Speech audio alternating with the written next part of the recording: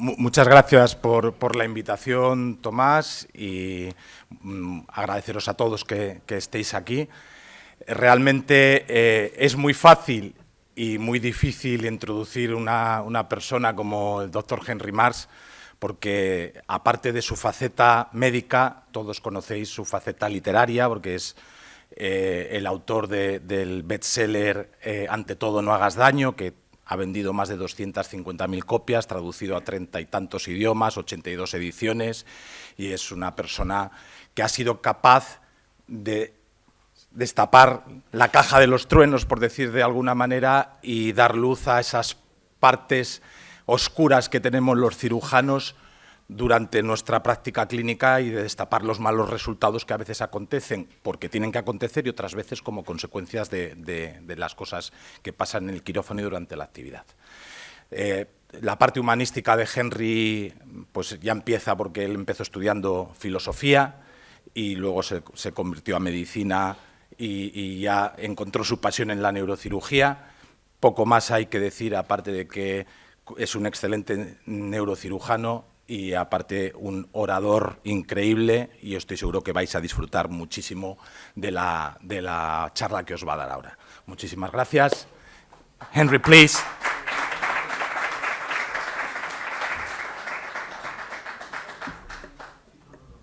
Well, buenos dias, good morning. Thank you very much for asking me to come and talk to you. I have been in Santander once before. It was 60 years ago, at the age of 14, and it has changed a little since then. Primum non nocere. In fact, Hippocrates never said that. It's not in the Hippocratic Oath. It was invented by a French surgeon, I think in the 18th century. And I will talk to you about the lessons, painful lessons I learnt. All the problems I will discuss with you from my career are mistakes I made myself. Now, one of the nice results of writing a bestseller is you get letters written to you by enthusiastic readers. And I received one letter from an American doctor, Linda Hill, who ran the public health training program at the San Diego University of Southern California. And she wrote to tell me how, as you probably know, in America, the resident doctors have to work an 80-hour week, more sensible than the ridiculous European Working Time Directive we still have in England, despite Brexit. And she wrote saying that the head of neurosurgery in San Diego came to the committee which was enforcing the 80-hour working week and said, neurosurgery is different, we must work, the resident doctors must work longer hours. And when he was asked why, he replied, because neurosurgeons are superior humans, mentally, physically, and sexually. And I must confess that when I started training as a neurosurgeon, I saw it as a heroic endeavor, pushing and dandy and Bob Spetzler, and there in the bottom corner, the great Henry Marsh, who will become a wonderful, famous neurosurgeon. And over the next 45 years, my career was a long lesson in learning that was a complete nonsense. I thought neurosurgery was heroic and dangerous when I was a young man. And I did not understand, but there were dangers for me as well as for my patients. Because when patients come to harm, surgeons can suffer harm as well. We feel shame and guilt. We suffer damage to our reputation. It can be very expensive with litigation. You can lose income if you lose your reputation. And above all, it is easy to deny our responsibility for a bad outcome, for which we've been at least in part responsible. So we no longer live in truth, and that diminishes us. It makes us lesser people. It is what the philosophers call moral harm. And I think all of us as doctors suffer a degree of moral harm during the course of our careers. Because medicine is dangerous. This was a truth which was largely denied until this famous report in 1999 by the American Institute of Medicine, which estimated between 45,000 and 98,000 deaths a year in America were avoidable. A recent study in the United Kingdom suggested 1 in 5 deaths under 75 years old were in principle avoidable. I find that a quite staggering figure, but I think we must accept it. So I want to discuss 2 questions with you. Firstly, how can we minimize mistakes and avoidable harm to patients? And secondly, how to establish trust with patients and their families so that if things go badly, we don't get into trouble. Now, I used to think that the application of aviation safety to medicine was false. I said operating is much more difficult than flying an aeroplane. But then I read this book by the English writer Syed, and it's about the way success is almost always based on failure. And he illustrates this with various famous aeroplane crashes you may have heard of. There was the Korean Airlines crash in '97. The plane, a jumbo jet, was coming into land excuse me, in bad weather. The ground radar was being serviced, and the pilot thought he was higher up than he was. And on the black box recorder, you can hear the co-pilot saying, 200 meters, 150 meters, 100 meters, 50 meters, and then they're all dead. And then there was another famous crash before then, when the warning light for the undercarriage did not light up when the plane was coming into land. And the pilot was so anxious trying to work out whether the undercarriage really had come down or not, despite his engineer's warnings. This was in the days when there were still engineers on aeroplanes. They ran out of fuel and crashed. Many passengers were killed, the pilot survived, and he committed suicide several years later. So coming back to Korean Airways, what did they conclude from this terrible crash when over 350 people were killed? Well, that co-pilots should speak up and that senior pilots should listen. And this, of course, is what's called cabin crew training and is fundamental to why aviation has become so much safer over the last 40 years. We call it teamwork in medicine. What did I conclude? Well, I concluded that highly skilled, highly trained pilots can make terrible mistakes. And surgeons are no different. We are human beings. And yet, when the WHO checklist was introduced into my hospital 20 years ago, I was very opposed to it. I was angry, and I was complaining to my anaesthetist about it. And she then said to me, well, Henry, you did once start an operation on the wrong side of a patient's head, so that I had to rather stop complaining. But why was I opposed to the checklist? I mean, what is wrong with the checklist? Well, I suppose I felt it was an insult to my autonomy and my status as the senior surgeon in the department. But also, I did not like to be reminded before operating that I might make mistakes.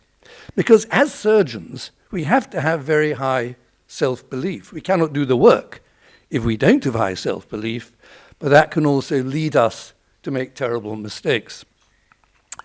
I would say to the Henry Marsh of 25 years ago, I would say, do you want your pilot to use a checklist or not? And of course the answer is yes, it's obvious. Clearly there are many aspects of medical life you cannot, where checklists are inappropriate.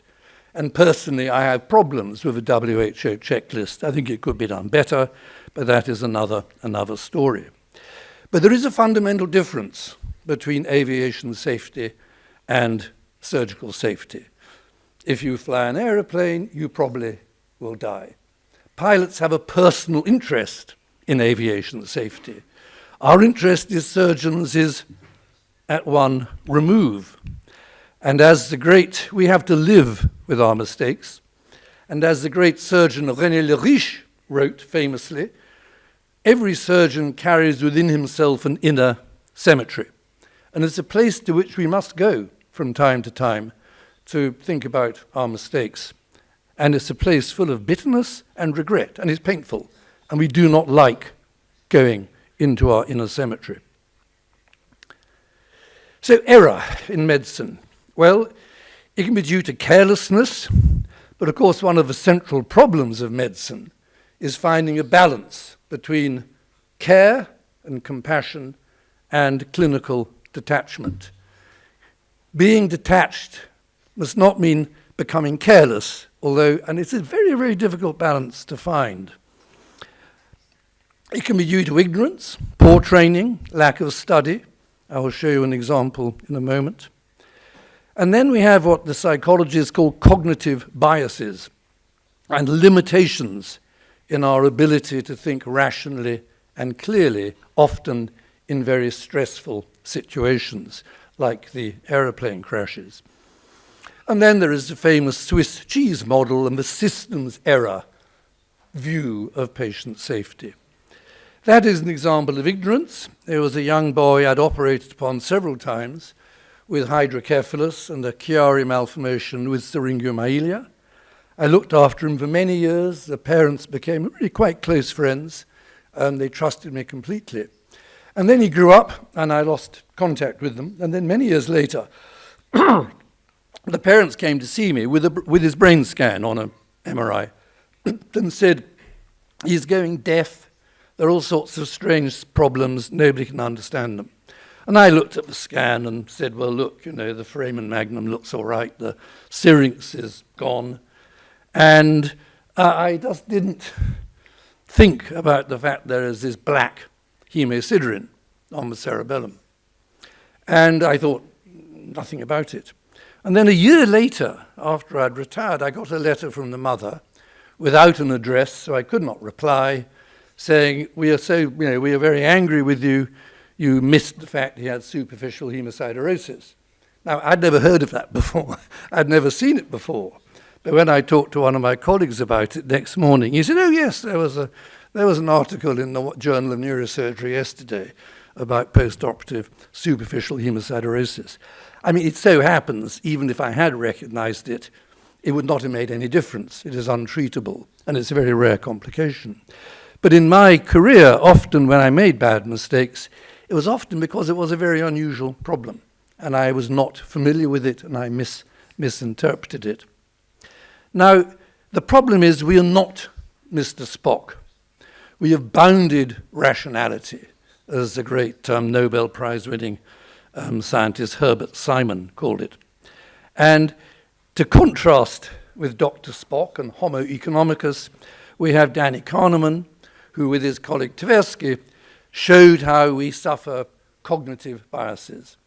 All that the word cognitive means in English is thinking. I thought it meant something very complicated. It just means thinking. We often are biased, our judgment is distorted by unconscious mechanisms. They are, by analogy, the Muller-Lyer illusion. However long you look at those lines, you cannot see them as being the same length. And there are similar, not identical, problems with the way we estimate probabilities and the future. And of course, surgical decision-making, and all surgeons will tell you, when things go wrong in surgery, it's the decision-making. It's not that we drop an instrument or our hands are shaking. We have made wrong decisions. We are constantly having to make decisions to balance probabilities. And there are many of these biases. I will just discuss two of them. The halo effect is a halo of a saint. If you think somebody is very good in one particular regard, you will usually overestimate their ability in other areas. As a senior surgeon, you have this immense responsibility of training the surgeons of the future. And when I became a senior surgeon myself 40 years ago,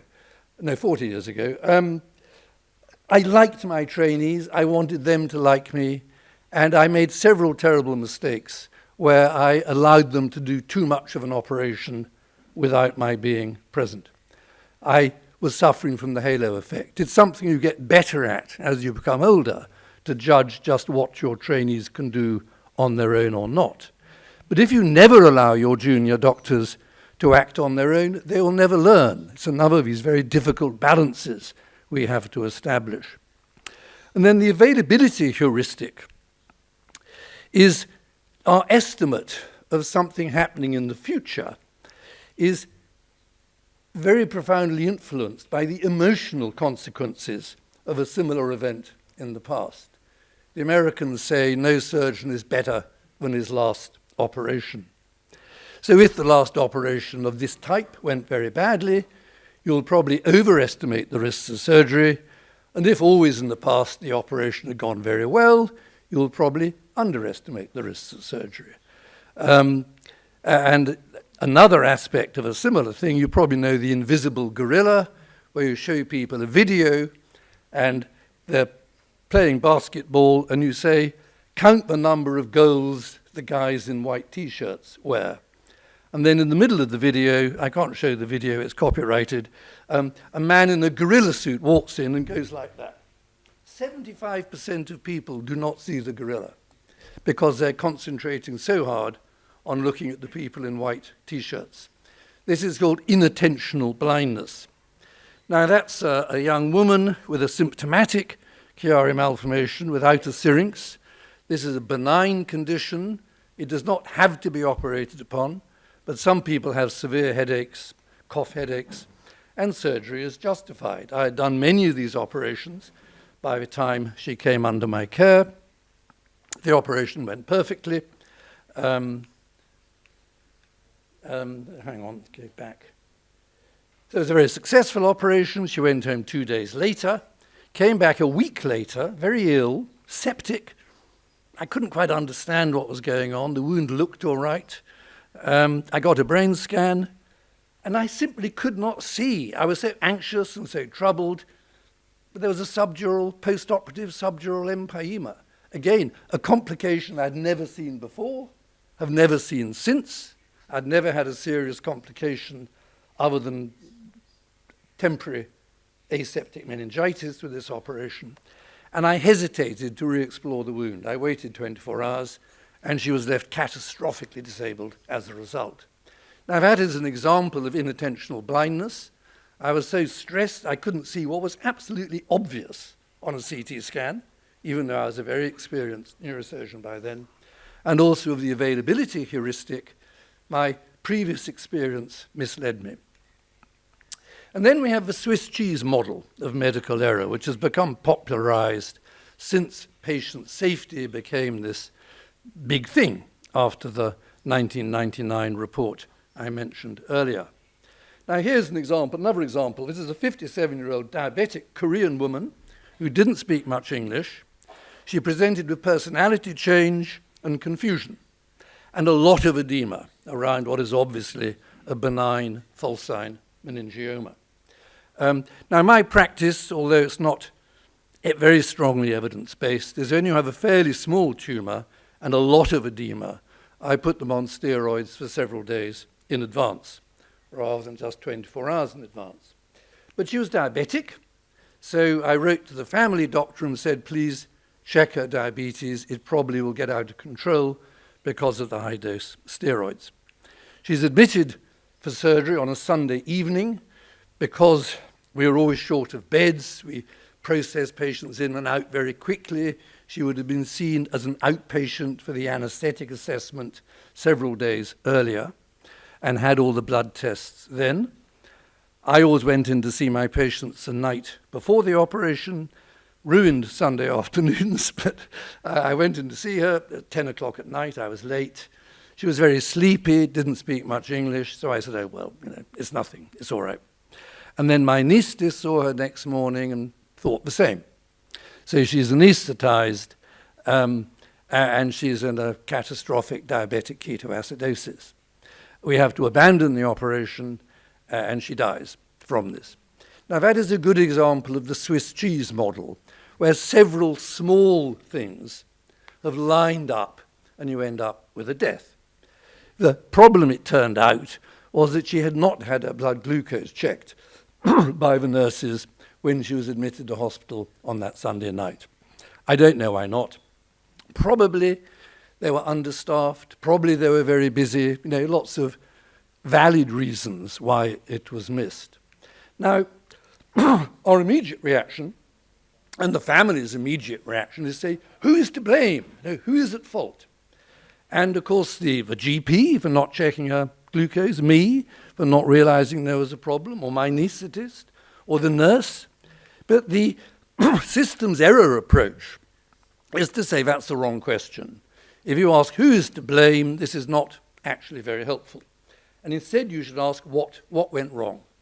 Because the message from the patient safety movement is that medical error usually occurs because of bad systems that do not allow for the fact we will make mistakes because we are human beings, not because we are bad doctors or bad nurses. But there is a problem about this, which I will come back to at the end of the talk. So I think we'd all accept that you're not going to make very much progress in trying to reduce error if you can't try to establish a blame-free culture where people will not be frightened to say, actually, there's a mistake or something's gone wrong. And that's very difficult to establish in medicine. Easier in aviation safety, certainly for the pilots, because they have a personal interest. Also, it is very difficult to hide aeroplane crashes, whereas it's very easy on the whole to hide medical mistakes. Doctors bury their mistakes, as it is often said. So how can we reduce error in medicine? Well, by understanding that other people are better at seeing my mistakes than I am. I have an optimism bias. I think I'm better than I am. I find it difficult to confront my own mistakes and fallibility. And I am better at seeing my colleagues' mistakes. So the answer is teamwork in the best sense of a critical, constructive, non-competitive relationship with your fellow doctors and fellow surgeons will reduce the number of mistakes you make. And of course, the first rule about having good colleagues is to be a good colleague yourself. If you're not a good colleague yourself, you certainly are unlikely to have good colleagues. It is what the philosophers call necessary, but not sufficient.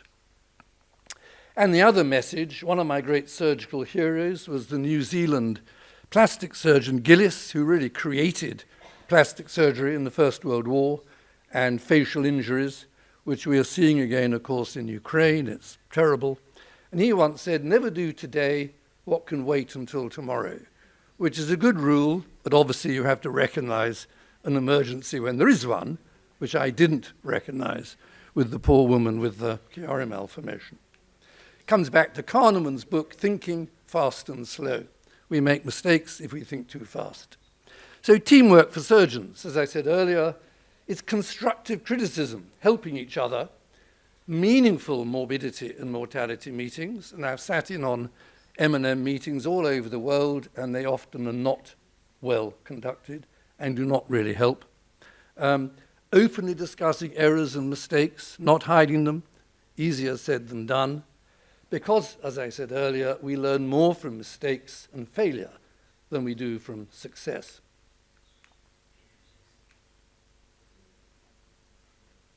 Come on. Oh. Now, good teamwork requires good leadership. That is a whole separate lecture. I will not go into it. But I like this little cartoon I found on the internet. On the left, we have the old traditional model, which certainly I was trained in 40 or 50 years ago, where the leader's on top and is a dictator.